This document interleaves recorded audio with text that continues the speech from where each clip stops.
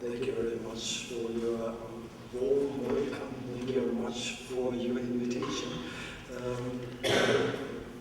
I'm always very pleased if I'm in Italy, especially in Florence, because on my first journey in Europe, I was just 20 years old.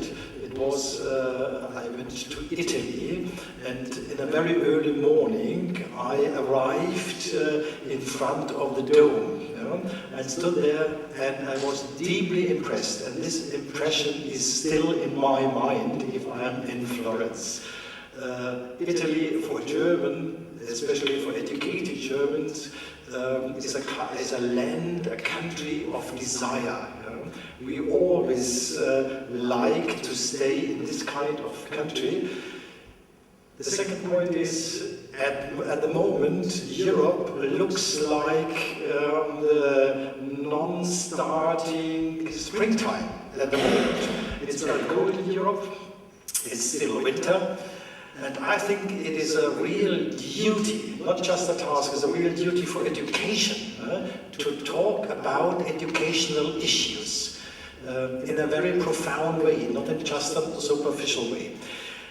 I hope I found the right way to discuss, in not a too difficult way, basic questions on an actual issue, that is mobile learning. Mobile learning, I give you in a few seconds, I give you an example I'm working on at the moment.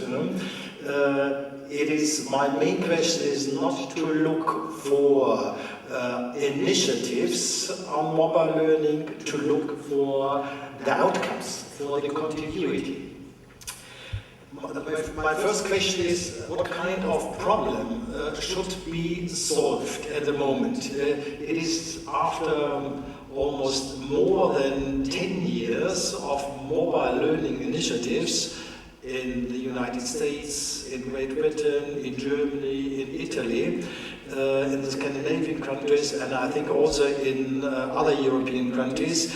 It is now on to go from planning tuition to evaluating what is done in education and in tuition, in learning. It is not any longer just on being initiative, it is really to look for what is a kind of, how do we get in this kind of steadiness. Not just have brilliant ideas on mobile learning, really to bring a kind of, I think, new culture, but a kind of steady culture into the schools. I think that we have to face theoretically the question that is mobile learning is on mobile resources. For example, this is a mobile resources, but also a tablet. For sustainable learning, now the frame is in a global world of individualization and in the world of detraditionalization. I started with a metaphor that we are in Europe still in a cold winter-like springtime that is on detraditionalization. The old traditions in Europe don't work anymore. The traditions are not so old in Europe, the peaceful traditions. At the moment, the post-war traditions are in a process of detraditionalization, and a part of it comes from these mobile devices, from these mobile instruments. They look so nice, tiny and peaceful, but they are a revolution in our life, in the global transformation of our world. And at this point, education is asked to do a bit more and probe deeply than just to have an idea what students can do with it. The question on sustainability was raised, for example, by Larry Cuban, a very prominent professor of education at Stanford University, and if you look on his blog, he discusses sustainability, déjà vu. And he says, in technology-enhanced learning always reacted to what was new on the technology market, but it was never really integrated. never is not right expression.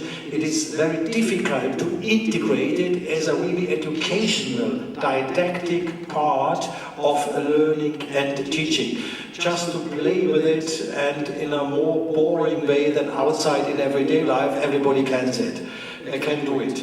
Sustainability, that is the wording of Larry Cuban. Let's go ahead. What could be the basement, the basics, the frame for sustainability? Sustainability is firstly to look for an alternative to evaluate processes, learning processes with, for example, tablets in the classroom, not just by its output, not just by the category of effectiveness.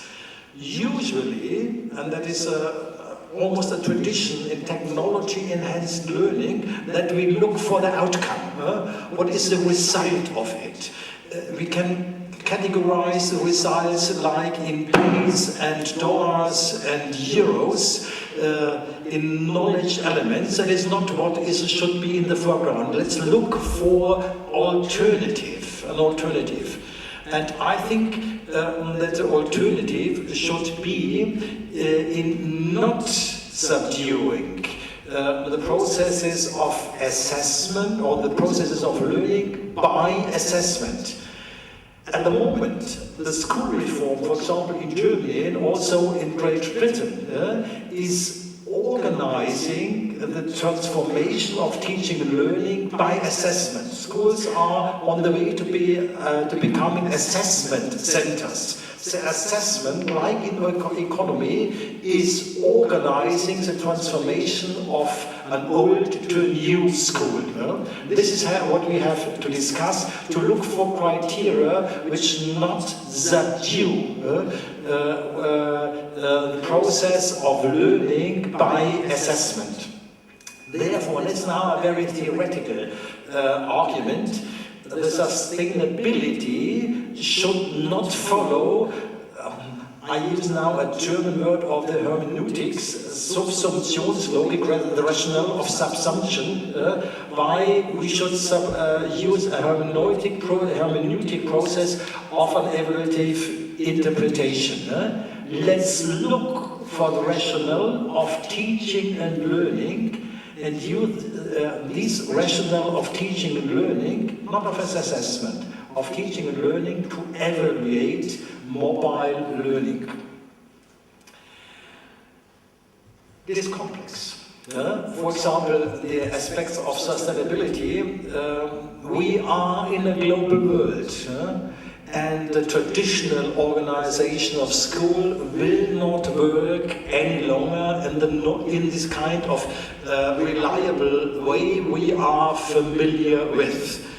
The example is in Europe we have students, they are called in English so-called needs, no education, no employment, no training.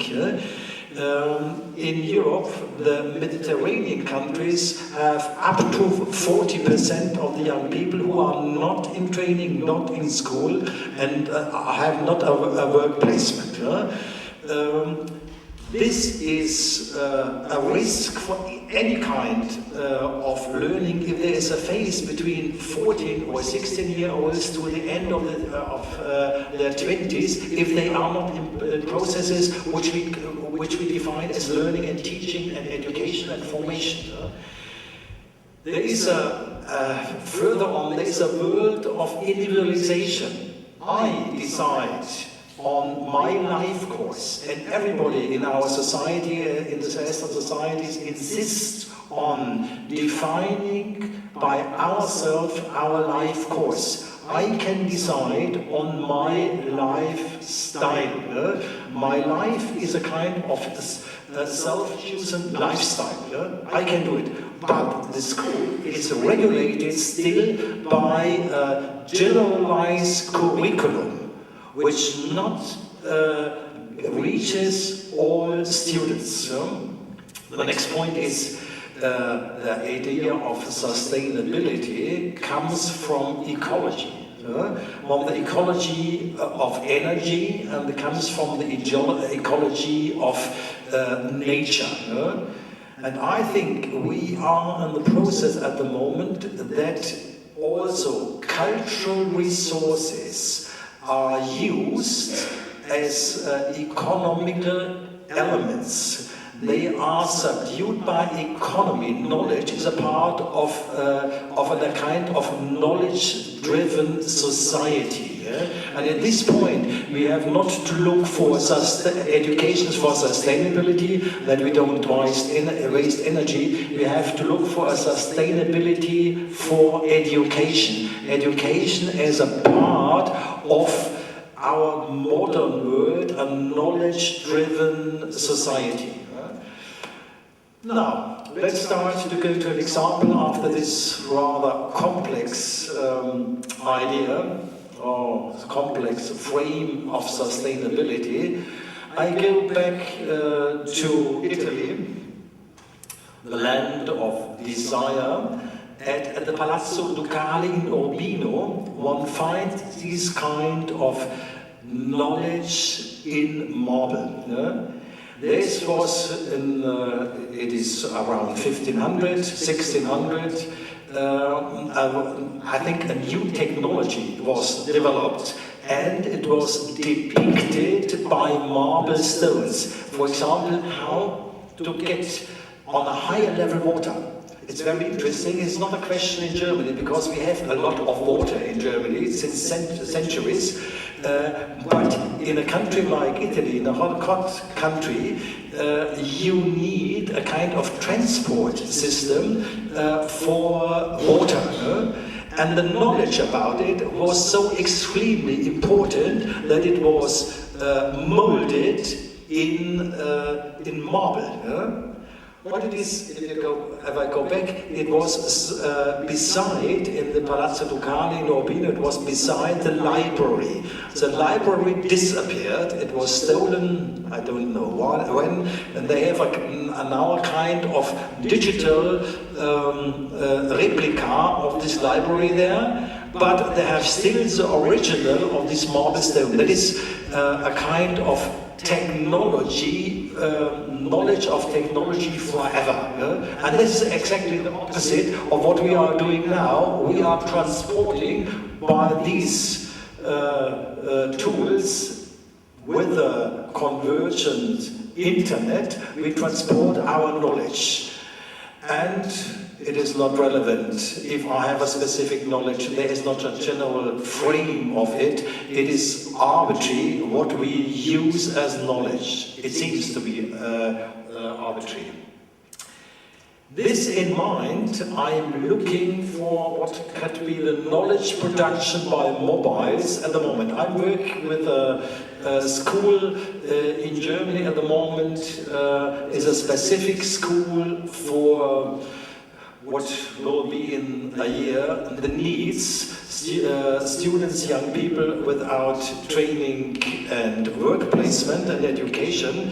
They are in classes in a school for socially handicapped boys and girls. They are not intellectually handicapped, but they are socially handicapped. If you, for example, if you are with them in a classroom, you cannot insist on what I learned in school, a kind of discipline, a kind of target orientation. It is impossible. This school got the money to buy tablet computers, and they have now a course on getting ways to professional life. And they have a kind of worksheet. I do not know the real English word for worksheet. This is a translation of a German word, Arbeitsblatt, the worksheet about institutions. They have it on the tablet, and for these really weak learners, they find below here.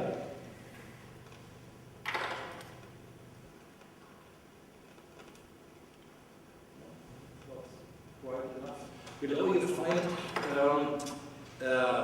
there's a schema and they fill in the names of the institutions and the names of the ways to institutions they could choose in 3 months to get a work placement. And I discussed with the teacher that is not enough just to replace the printed worksheet now by a tablet, by a digital worksheet. It needs a kind of transformation of the access to knowledge. My proposal was take photos, mobile photos. The students should take mobile photos by going outside and see the institution and get experience, personal experiences with the institutions. When I said on this worksheet, I said beside the student, I did not understand these kind of ways, the routes through work placement. It was too complex for me. It's really complex in Germany. I didn't understand it. But if I had seen a photo which I had made and put it in this worksheet, that would be a personal experiences. Let's take personal experiences from everyday life by the everyday life instrument into the classroom and work with it. The third strand of such an instruction unit could be to interview family members, because socially deprived young people have a specific family biography background on working. If you have a broken kind of biography in your family in respect to work placement, you have another idea that you find your route through all the activities which you can accompany, you, because you are familiar from your family life that there is not a route, there are just obstacles. Let's have interviews made in the student's own family and bring interviews of successful work placements. For example, as a gardener, or of the grandma knitting a pullover or so. Let's bring this in. Then they have a kind of frame for this abstract routes through work placement. Then you see there's a kind of different definition what is knowledge about. It is not anymore this kind of encyclopedic knowledge of the milestones of Albino, of our technology. It is on the personal experiences and the personal biographic background of the learners. Okay, let's start, and I work now on these 3 strands with a teacher, and I'm not sure if it is possible, for example, to fulfill strand 1, that they know the routes to successful work placements, that can be combined with the interviews organized by the video application of the personal mobiles. We will have to see it if it will work. Okay. After this kind of first introductory background, I prepared for the question of evaluation 4 main parts of my presentation. The first one is we achieved already with results on evaluation, on mobile learning. For example, Maria Renieri did such an evaluation of mobile learning projects. The second one is now I go back to my hermeneutic approach to say we are in a dramatically changing world, and we cannot define learning, results of learning, just by looking for assessment, to look for the knowledge assessment. We have to look for this kind of new complex of mobility. The mobile devices are just elements of a mobile complex. And let's look for a second complex in our societies, that is learning. We cannot rely any longer for all participants of our societies that learning is defined in the traditional way. We have to look for the new learning complex. This complex is at the moment defined by words like knowledge, creative knowledge society. What is a creative knowledge society? What kind of functions the school could have in a creative knowledge society? What is it? And therefore I'm looking on this line, for this pursuit, I'm looking for the mobile complex and the learning complex, what it is about. And then I try to bring both complexes together with the idea of cultural resources as a interlink of these complexes. And then I try to find conclusions for design of learning and teaching. What could be design? We have to generalize the ideas of learning. And then I will make a proposal on evaluation tools. If I say a design and proposals, I have to say it is just on the way to it. I cannot present results, I can present first ideas. In a discussion, for example, if I start with Maria about our next project, European project on mobile learning, Maria would immediately say, no, that is not convincing. We have to discuss it again. But it is a start, now is a starting point, a starting level for design of mobile learning and proposals for evaluation tools. Just on the practical evaluation results, Maria Raniere and Isabella Bruni did in mobile learning in adult education. They found strengths of mobile learning scenarios and weaknesses of mobile learning scenarios. Mobile devices as cultural learning resources, that was the underlying, that is a strength. Mobile devices are cultural resources for learning. It is not just for phoning or whatever, they are real resources. And they are for inclusion and participation. It's rather obvious and visible, the inclusion and participation, because everybody in our societies, definitely everybody, has a smartphone or a mobile phone. It is not just restricted to a small group in our society, everybody. In Germany, from the years of, they are 9, 10, 11, 12 years on, everybody has a mobile phone or the internet accessible smartphone. You know? And what is very important is that formal and informal learning are connected, bridging the formal and the informal. You could say it also differently. You can bring in everyday life, the informal learning, everyday life into the school with these mobile devices. But it is a different kind of learning outside in everyday life. It is usually not recognized by the school as formal activities. Informal learning is not accepted by the school. 3 years ago, we had a real formal research project in Germany in schools, and the discussion with the media educationists who organized the mobile devices for learning most of the difficult issues was to discuss what is informal learning. Media educationalists and of course teachers have no awareness what is informal learning.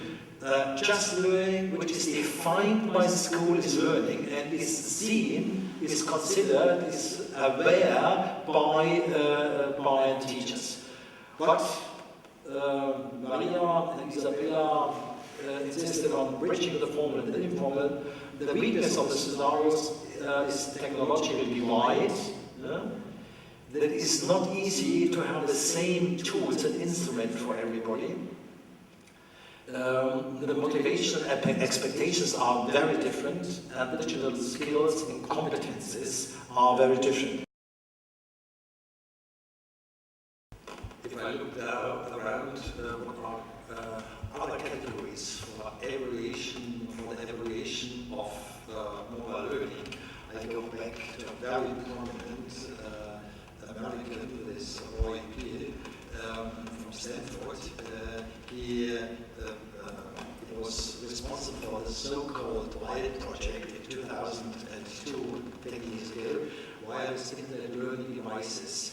And they used the following 5 categories: augmenting physical space, leveraging topological space, aggregating coherently across all students, conducting the class act becomes artifact. These are completely different categories if you compare with what Maria used as categories. That means we have no coherence between how we think and assess mobile learning. The London Mobile Learning Group, to which I'm a founding member, we developed also parameters for it. It is on flexibility and media. We try to define the didactic space for teaching and learning. If you have in mind, again, this marble technology, information of the Italy, of the Palazzo Ducale, and the tablet, the worksheet and the tablet in the German school. If you look for one parameter, it is the learning set. There are 2 goals: practice in school and the practice of mobile devices. The practice in school defines, in the German school with the worksheet, defines the activity with the tablet. The tablet repeats just digitally what they did before. It is completely a repetition of the practice of the school. The technology, the marble technology, was not oriented to school. The school in these times were definitely different. They used the books and not marble stones. That was a practice not to mobility, but a practice close to the technology. That was a kind, the engineers in these times organized knowledge. The second parameter is the relation to the object of learning. In the Palazzo Ducale, this marble depiction of technology is just a mimetic reproduction. And we know that traditional school is looking for a mimetic, a kind of mirror of the objects of learning. Bring a film of learning of, for example, the River Rhine, which goes to Germany, go along the River Rhine with a film and show then the Rhine in the film in the school. That is a typical kind of relation to objects of learning. And the opposite one is a personal reconstruction. If I propose in a German school, let's look for the family background of getting a job, then it is on personal reconstruction. We reconstruct the knowledge about successful vocational training by understanding our own family biographies. So reconstruction. The third parameter is on the expertise in the institution of the school. In the school, the expertise is defined by a curriculum, or you can have the personal expertise. The personal expertise in the category of the biography, the work biography in the family, is the personal expertise of working of the grandma who is able to knit a pullover. It is completely different to the routes through vocational training, which was on the worksheet. The worksheet was a definition of expertise by the school. The modes of representation, if you use the worksheet, the digital worksheet on the tablet, it is monomedial, but this is really boring for students in a convergent world of media. Let's look for the mobile and the different kinds of modality of representational modes, which is inherent to the mobile devices. You see, we are creative in defining categories and a categorical system, but it is not sustainable. It depends on me and my personal framework. Let's look, how can we organize now a common framework for mobile learning?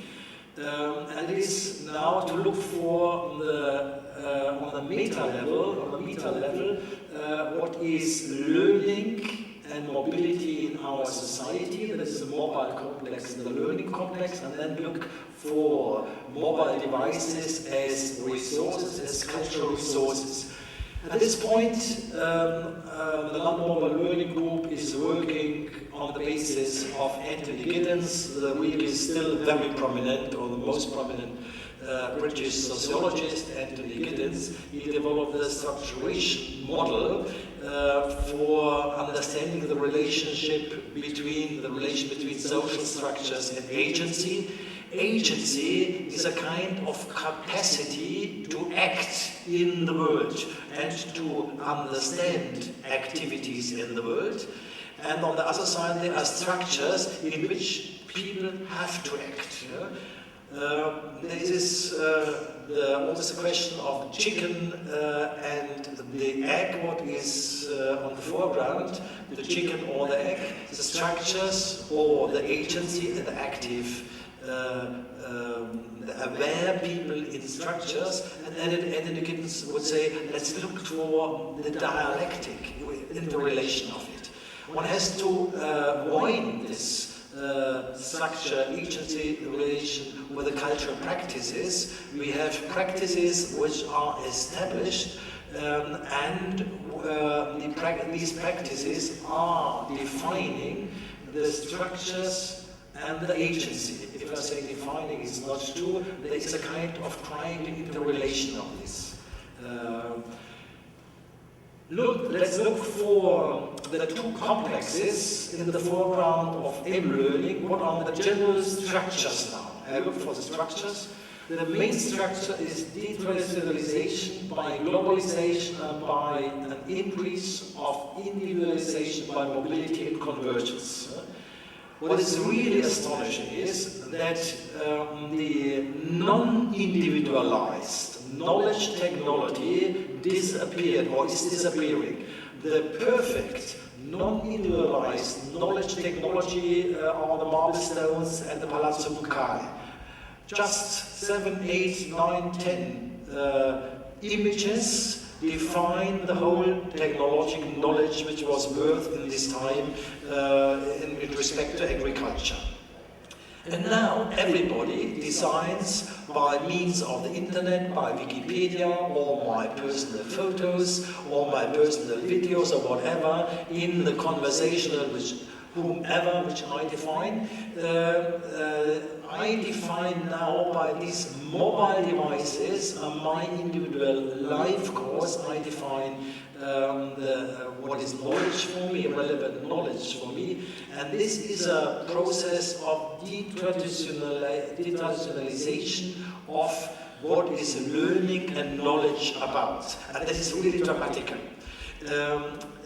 In the so-called PISA assessment, the PISA International Student Effectiveness Assessment results, it is obvious that more or less, except Finland, all countries over the world have, I think, just just Singapore has similar positive results like Finland. We have 20 to 25% of outdrops who are not able to achieve the results, the curricularly defined results of what a 15-year-old boy or girl has to know, be able to deal with it in our society. That is a tragedy, I have to say, because these 20 to 25% we have lost as, in economical categories, I would say, as economic resources in our society, who produces the wealth in our society, just the other 75%. This is unfair, and they will stay poor. And they will produce a lot of conflicts. This traditionalization of knowledge by individualization led to a new kind of social structure, to the poor, knowledge-poor people. And as an educationalist, I have to say, knowledge has to be for everybody. Formation is for everybody. Now mobility, we have at the moment, just look for what is going on at the moment. We have we see are facing a diversification of mobile devices. That is, the mobile devices 4 years ago.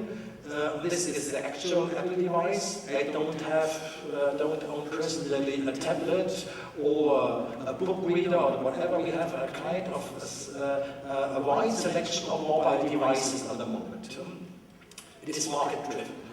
And the market tries to convince us that we have as minimum 2 or 3 different devices. There are the apps. The applications, this kind of small software things.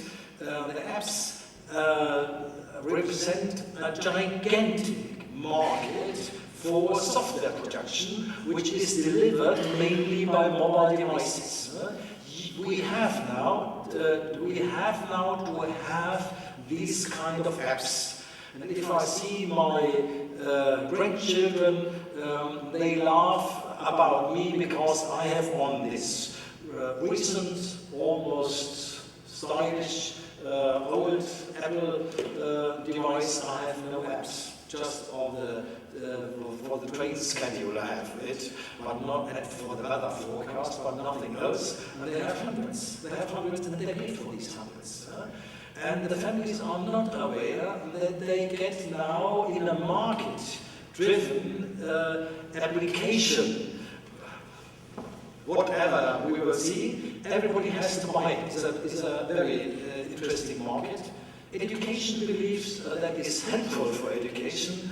I don't think that we need apps, but perhaps I'm the grandfather age and do not see the advantages from it. The third new structure in mobility is that we go from a linear media production to media use in user-generated context and content. We go from the old BBC television with edited program for a defined audience. We go now to YouTube. Everybody can produce for his or her Facebook group, friends, videos, and can organize by these videos his or her personal kind of context. It is my individualized context, which can be open to everybody or not or whatever. We produce context now, and we produce content. For me, it's more important the idea of the user-generated context. We produce our individualized frames. Here, the university is a defined frame. Defined frame is defined by an architectural architecture, I have to say. The internet frame, together with the mobile devices, are open to a definitely new kind of architecture, which is on content, on individualized content. The school has a defined architecture by the houses and the curriculum. And now we are on the way that the mobile devices, let's construct new contexts. Learning underlies, is facing a process of internationalization and flexibilization of context. The school believes that the school defines the learning context, which is clearly at the moment, but to this context, 25 or 20% of the students do not belong any longer to it. They are in other contexts. The school loses the power to define truly teaching and learning. Teaching and learning in the scholastic sense is just for a part of our society. Of course, for the economically successful part of our societies, the winners pass successfully the school, but the school lost the power to define what is learning and teaching for the whole society. If we go back 100 years ago, when, for example, in European the elementary school emerged, a school for everybody, definitely for everybody.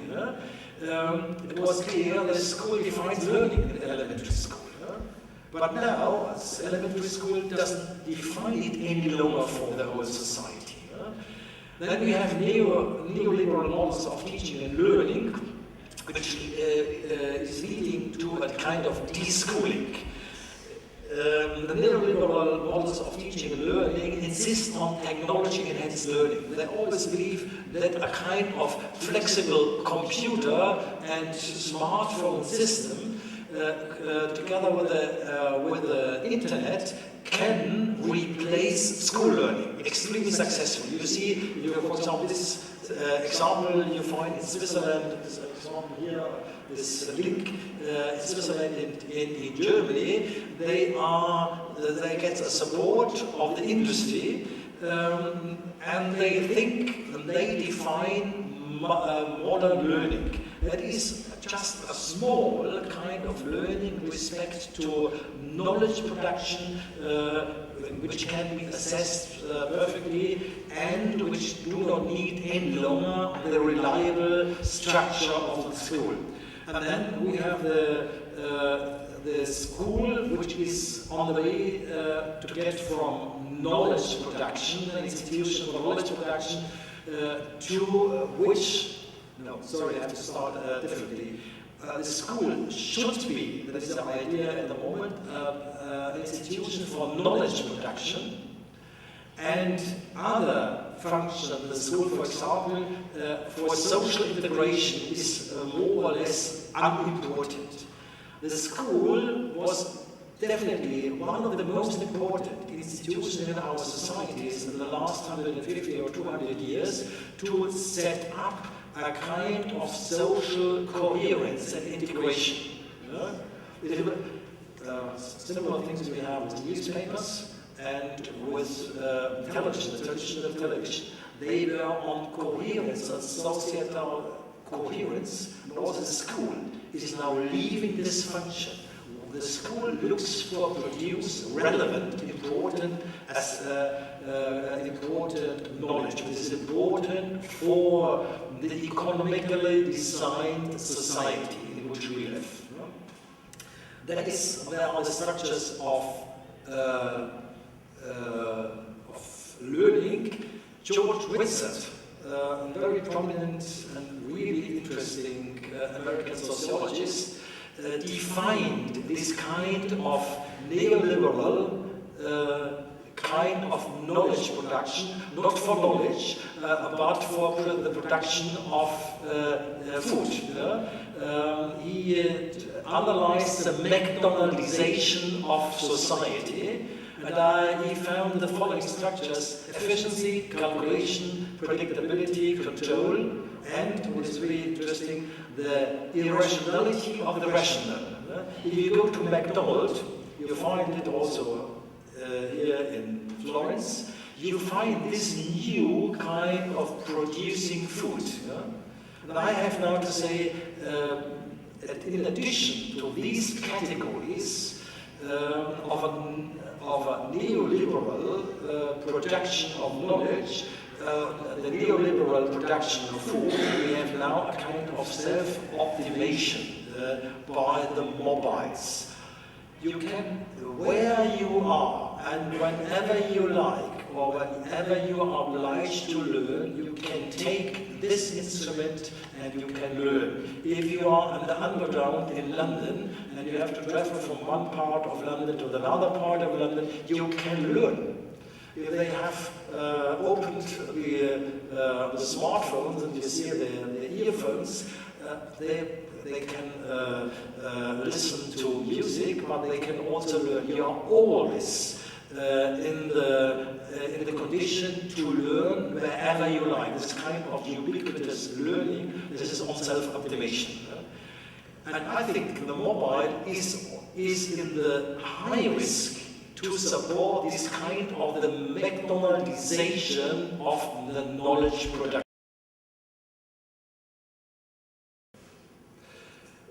The agency in the foreground of learning, M-learning. This mobility is user-generated content and context. It is never more on a standardized curriculum. Learning is an individualized social risk, and the learners are at-risk learners. Learning is becoming a risk.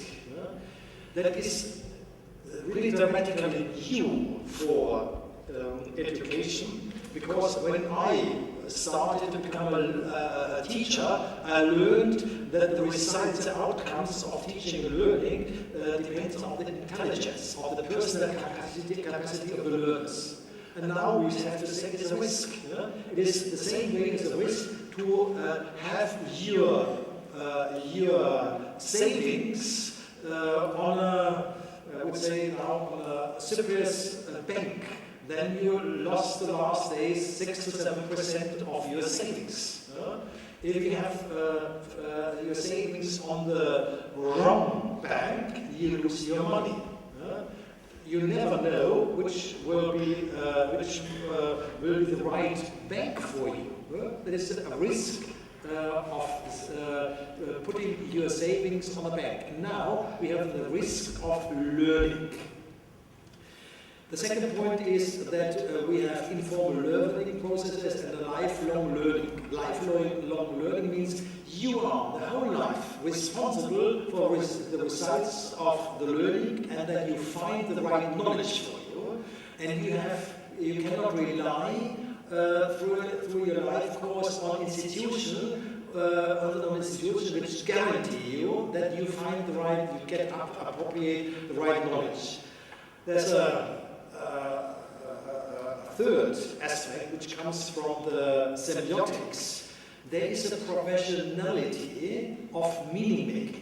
Learning is a kind of meaning making from scratch on. You have to produce meaning. You cannot just take in the results. Learning is a result of knowledge. You have to produce the knowledge of yourself. And it is not guaranteed that you are in a sterile frame.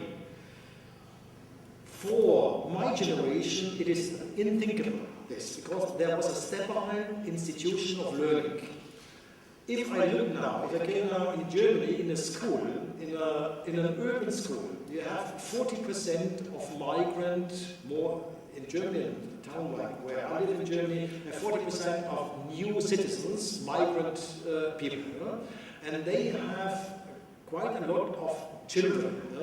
Not the German middle class has the children, the migrants have the children. And they come from learning contexts which are extremely different to the German learning culture.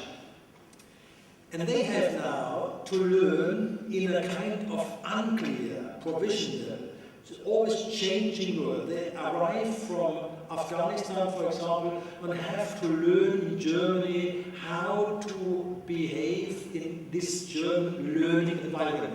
They have no idea how this works. They believe to you, and they have immediately, if they go outside, and they learn in their families or in the peer group, they have to change their learning strategies. That means provisionality, you have really to start on the scratch with what is learning about. And we have new modes of, new habitus of learning. For me, learning is target-oriented. You have to learn what you have to do, and at the end you have to write an essay or to have an exam, and the exam defines your target. Learning today is fake. Learning today is self-representation. For example, learning on Facebook, it is on self-representation.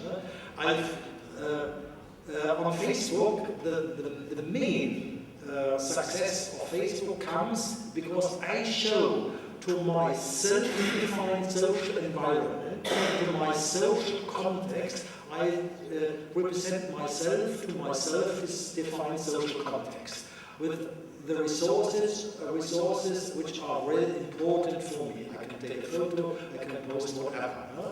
It is on represent myself to a self-defined community. And this self-representation is so important that really billions of people are on Facebook. But this is excluded, self-representation is excluded from school learning. Because if you say self-representation, I show how I am, that is disturbing of school learning. Because school learning is defined as a target-oriented knowledge building.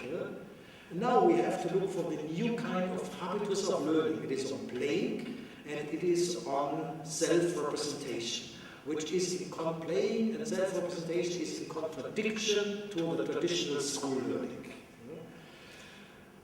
Okay, the cultural practices in respect to mobility and learning, that is mobility, complete and worldwide integration of mobiles and their application into everyday life, not into school. All schools worldwide exclude mobiles, but they are in everyday life. It is very astonishing that the formal learning excludes the mobiles, the world outside the school, the everyday life, has fully integrated the mobiles, and also in the mobiles as a part of informal learning every day. There happens a lot of informal learning.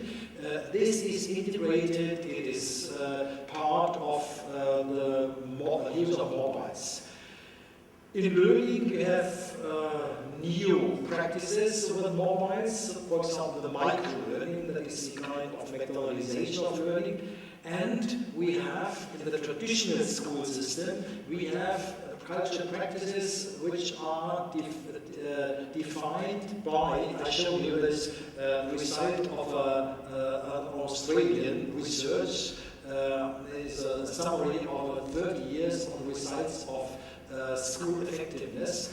And Hattie says, over the last 30 years, and the established school, that's very important. In the established school, there are two factors for the outcomes of learning. These are the teachers and the students. And I thought, when I read this, very prominent in the German discussion at the moment, the students, there's the whole idea of the personal capacity in it. The school, as a part of a clearly defined culture, defines learning outcomes as a part of the student's capacity and of the capacity and the professionality of the teachers. Not of, for example, of the peers, not of at home. I would say it's naive if we look to Germany. The definition of a successful learner comes from at home. The families are extremely responsible at the moment for the positive outcomes for the successful school learning. They have to guarantee that they are able, the students are able to learn successfully in the school. I think it's still also in Italy that the school success depends on the mothers. The mothers are the driving factor of the school success. And if the mothers have not the idea, because coming from another culture, or not scholastically recognized learning culture, then the children fail. Therefore, the outdrops in the German school system are boys from a migrant context and from poor income families. Poor people have no idea that the school produces resources, cultural resources, which define your life course or your professional life course, and migrants have not the idea how resources in Germany, in German context, are defined. And then we have the result that the family does not provide the basics for the success of school learning. The traditional school is oriented to teachers and students, and now the modern school has a different kind of definition. There was an interesting author research, European research on innovative learning environments. They say the orientation of the school culture to the school culture is a social environment. That is important. That is a successful, innovative learning environment. The school has to, has to integrate the cultural and the social environment around. They have to look for the culture of the boys from Afghanistan. That is important. Or the excluded poor families.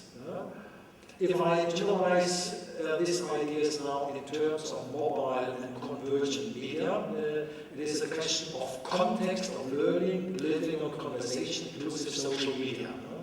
The social media have to be social media of everyday life. I would say the social media, also the social media, mobiles, have to be a part of the learning context, as a school context. School has to open to this new context, also the digital context.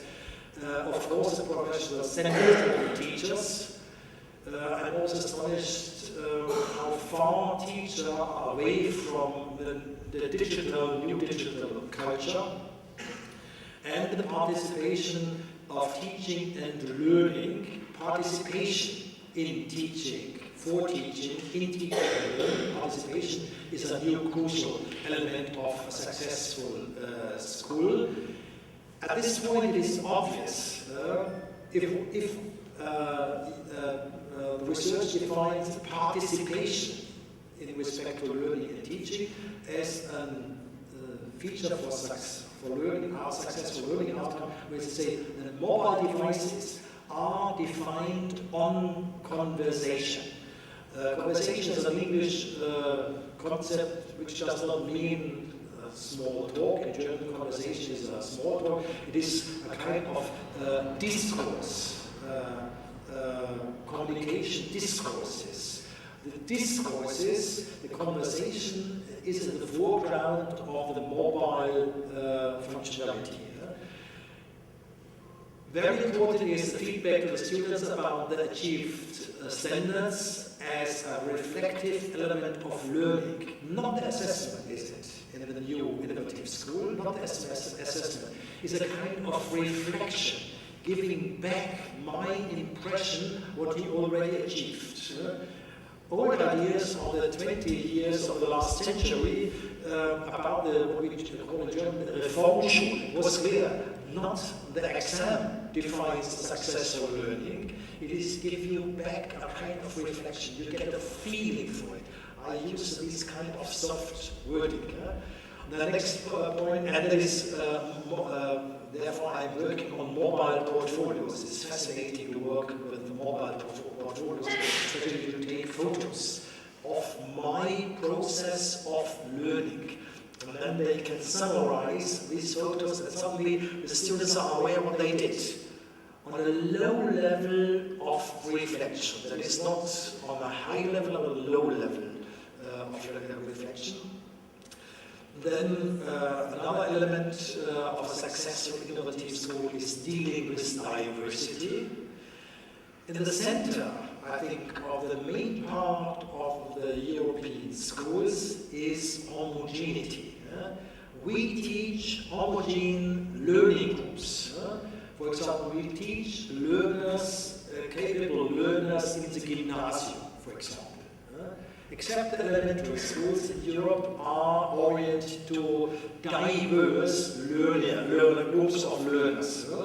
And now the idea is dealing positively, not negatively, with diversity. And then we can say the mobile devices are cultural resources which are integrated in different social milieu structures and lifestyle and learning habitus in our society.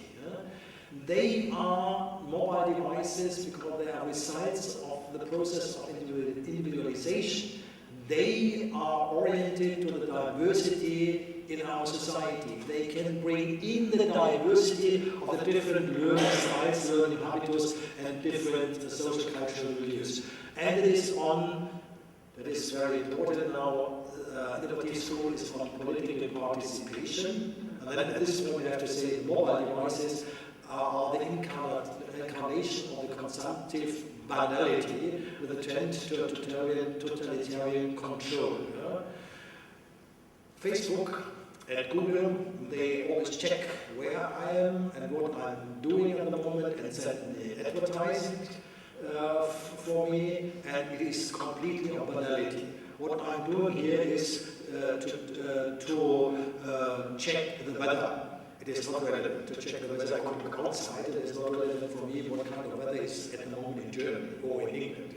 It is completely on banality, but definitely not on political participation. It is an extreme deficit of the mobiles and also on the internet that is on banality, on consumption, and on a totalitarian control, and that is exactly the opposite what I think political participation should be. Yeah, and now I'm going to the conclusion for learning and teaching. We have now that to face that informal learning strategies has to be harmonized with formal learning institutions. And that is really on the mobiles. The mobiles, but always in the context of convergence, always together with the internet. The mobile doesn't work by itself. It is not the cell phone which I take with me, not the phone instrument. It is the interlink, the interface to the internet. And it is an interface to everyday life. And this has to be brought into learning and teaching. In theory, it was defined by the so-called situated learning by BenBachmair 20 years ago. Yes, 20 years ago. They defined it in the US-American context that learning has to be always within situation. Learning is not defined by the curriculum, the summary of learning objects. It is defined by situations in which the knowledge is construction. Another, this is from Canada, it's kind of a writer, they say collaborative knowledge building is on the foreground. All innovative kind of school learning is a kind of collaborative knowledge building, and is on context awareness. If the context, the traditionalized school context, is individualized to depend to my personal context, then we have to look for context-aware learning. That is really an unknown area in education now, context-aware learning. What does it mean, context-aware learning? Let's look for being aware of what we do in YouTube or on Facebook. This is on context-aware learning. You have to look for context-aware learning, and learning is a very prominent British contribution to the discussion of learning. Learning is a mode of conversation, of communication, I would say, of discourses. Learning is communicative. It is not on repeating. that is completely the opposite to what we saw on the marble stones in the Palazzo Ducale in Urbino.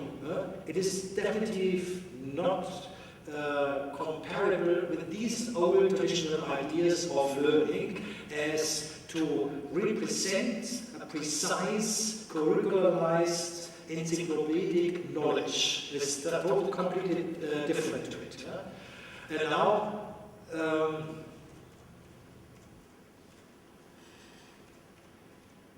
I summarize it for the sign.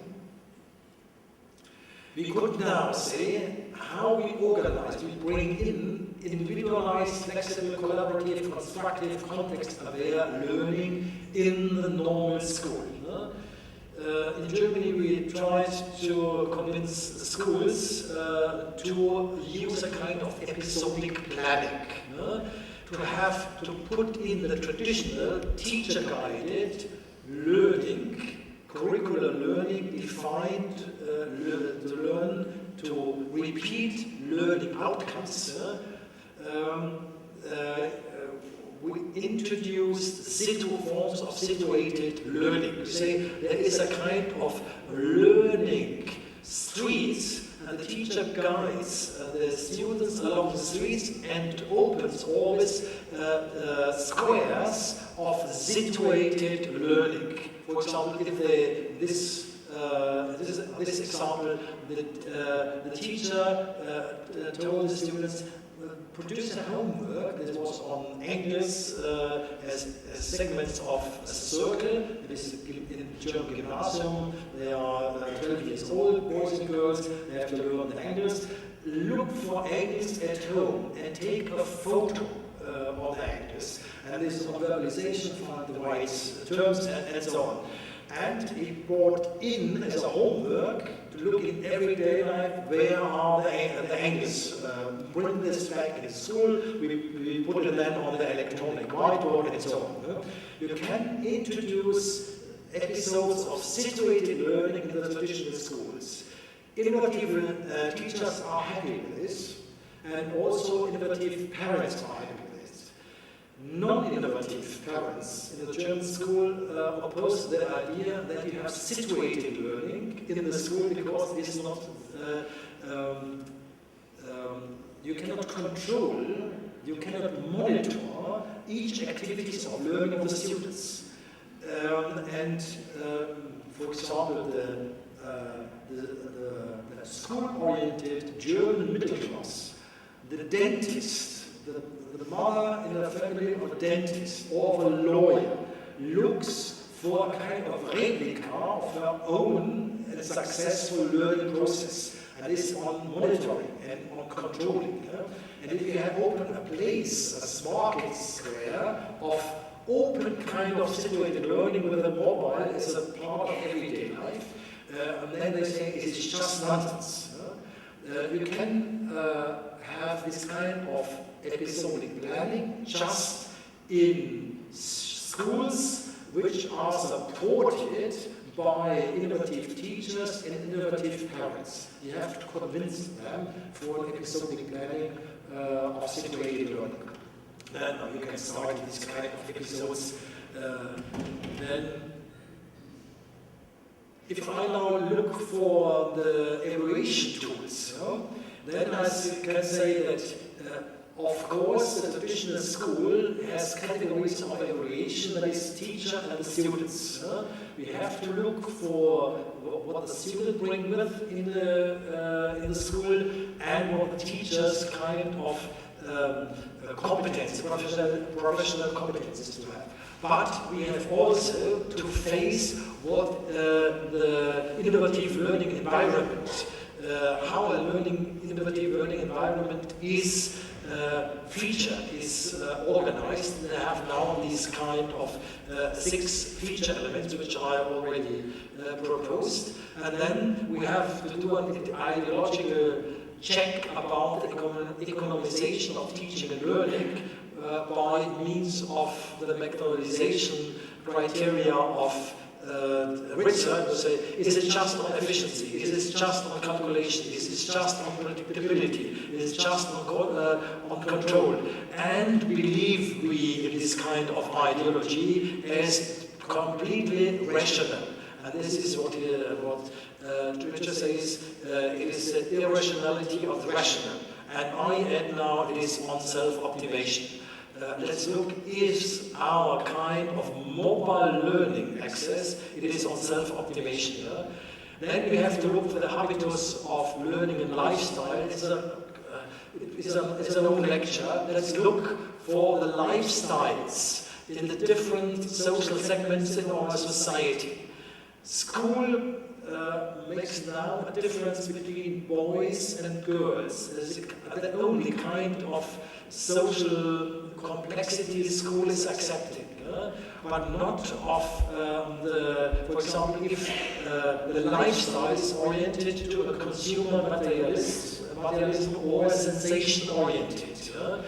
Usually they are from poor economic families, small incomes, and they have different orientation to learning because of being a consumer materialist or a sensation-oriented. For example, a sensation-oriented migrant boy would say, so it makes fun if the police come into the school. Let's organize the next morning that the police come to school. This is really, that is they would say cool. They look for the most impressive conflict with the teacher. And the teacher usually deals with this conflict, and at the end of the morning, teaching morning, he lost any kind of energy because of dealing with this conflict. You have to organize it differently. The risk has to come from wherever. But without risk, they don't learn. And now the risk has to be integrated in kind of playing. The risk has to be, for example, to go outside of the school. The consumer materialists, they look really desperately for integration into society by having the same consumption items. If it's on the agenda of consumption or whatever, for example, the newest mobile, this is not the newest one, they are more exclusive. The next generation of the iPhone is more expensive, they need such one. And they are unhappy, and they don't learn if they don't have it. They need an integration by consumption and other aspects of their lifestyle.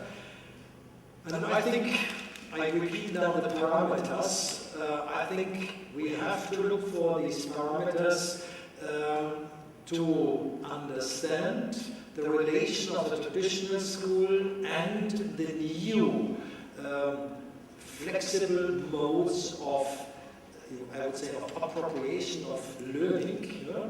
And we have then to take into account all the arguments of the discussion on the innovation of school, for example, information learning, informal learning has to be integrated. Then the situational learning has to be integrated by episodic planning. The media context has to be integrated. Then conversation has to be integrated. And then the personal individualized expertise should be a part of teaching and learning. And then it is explicitly on education responsive context. There is would be also a long discussion. This is on Vygotsky, the responsive context for learning. These six feature elements, I think I'm completely convinced they are right. We have to immediately discuss a controversial discussion on it. I repeat now what I think we have to use as evaluation tools. That is old, hatty results of variances of students' achievement, because school still like the school always was. These are the criteria of the traditional school. The criteria of the school innovation, this is definitely on a debate. What is school innovation? School innovation in Germany is something very different to school innovation to England or to Italy or to Poland. School innovation is culturally framed and we have to discuss it. There is not a kind of general model of school innovation. I think we could start with these 6 feature elements because they are a result of a European project. We have to look for the decolonization by mobile devices. We have to look for habitus and diversities in lifestyles and learning. That is not easy to realize, but if you have in mind that you have so different learning groups in our school, especially by migrants, then we have to look for the different habits of learning. And then I think this still didactic space between flexible modes of mobiles and traditional learning has to be discussed, and then the educational focal points which comes from the discussion, mainly from the discussion in the United States from the 90s, I think are very helpful, could be very helpful, could be an initiative for discussion. I would work on concretizing these evaluation tools for evaluating my next project. I do not know if I will be successful. We hope. Yeah. Okay. Thank you, Ben.